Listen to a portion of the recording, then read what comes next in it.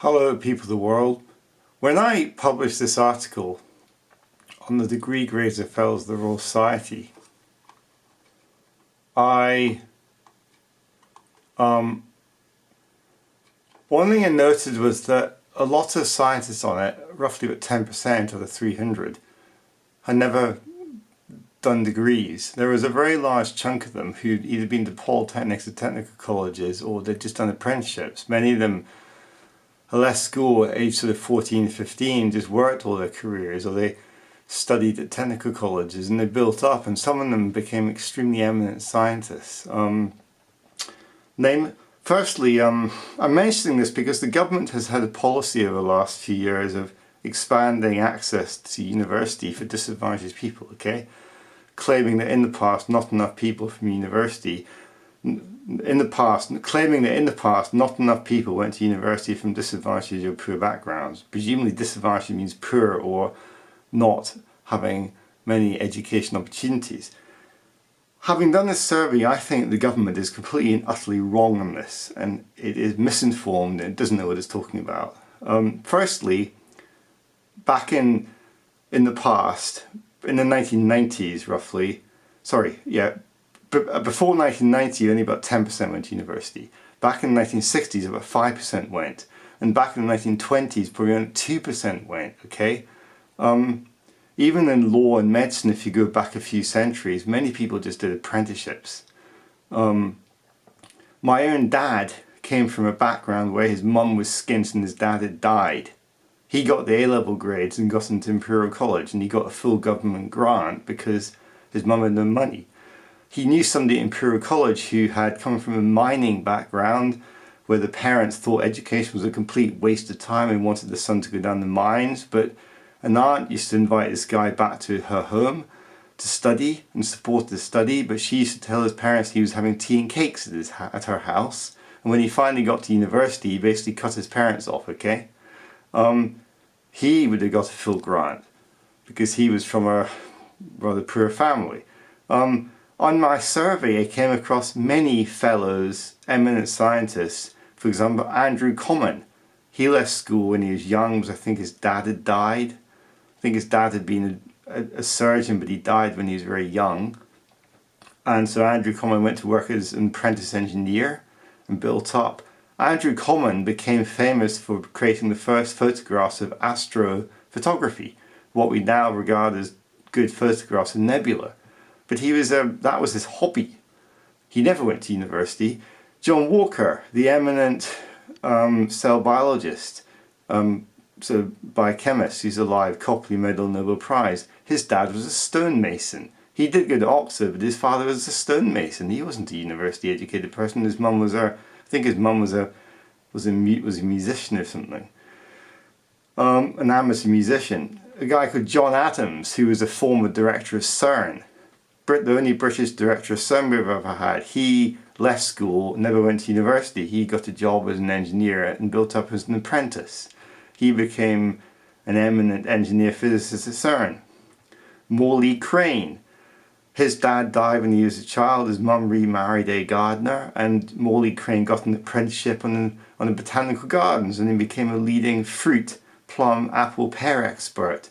He had no university education at all, but he became a leading expert in fruit, plums and pears. Admiral Henry Jackson, he invented radio communication between ships.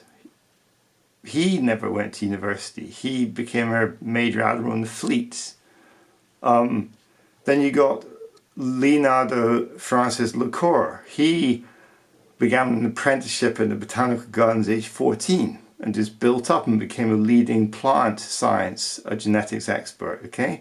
There are many, many scientists. There's a guy called Kevin Kendall, who's a current living engineer, who does a lot of work in battery-operated driven cars and green technology for cars. Kevin Kendall, I think his father died. He left school when he was about 16 or 15, got an apprenticeship in the engineering factory, studied part-time at Salford Polytechnic for an engineering degree, and eventually made Cambridge for a PhD. He never went to university.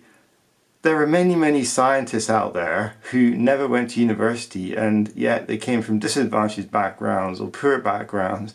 And I haven't even looked at the non-sciences, but I know in law, a lot of people worked up through apprenticeships, and medicines was the same, and veterinary studies was the same, dentistry was the same. This policy of allowing normal people in from disadvantaged backgrounds as though this never happened in the past is just misguided and incorrect. Plenty of people went to university from disadvantaged backgrounds in the past.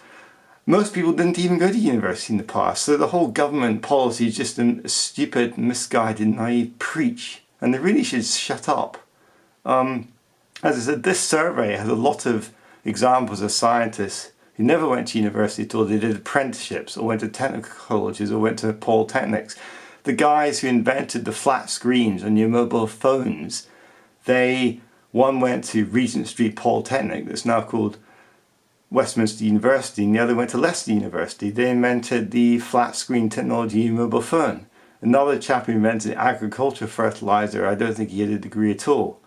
And there was another chap who invented the space shuttle asbestos material, insulating material. I don't think he never went to university at all. So yeah, I just think a lot of universities are now letting people in on much lower grades.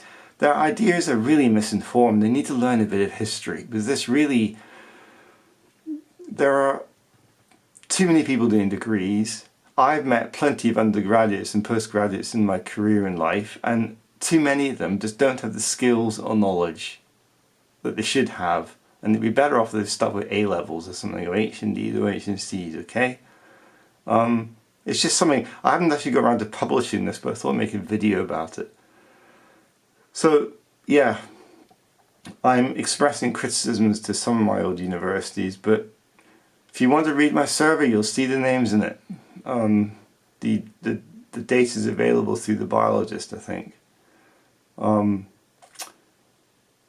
Cheers. Okay, carry on with what I was saying. Besides the scientists I mentioned who never went to university, two of my cousins did engineering at polytechnics in the 60s and 70s. My former boss did concrete engineering at Navy Polytechnic.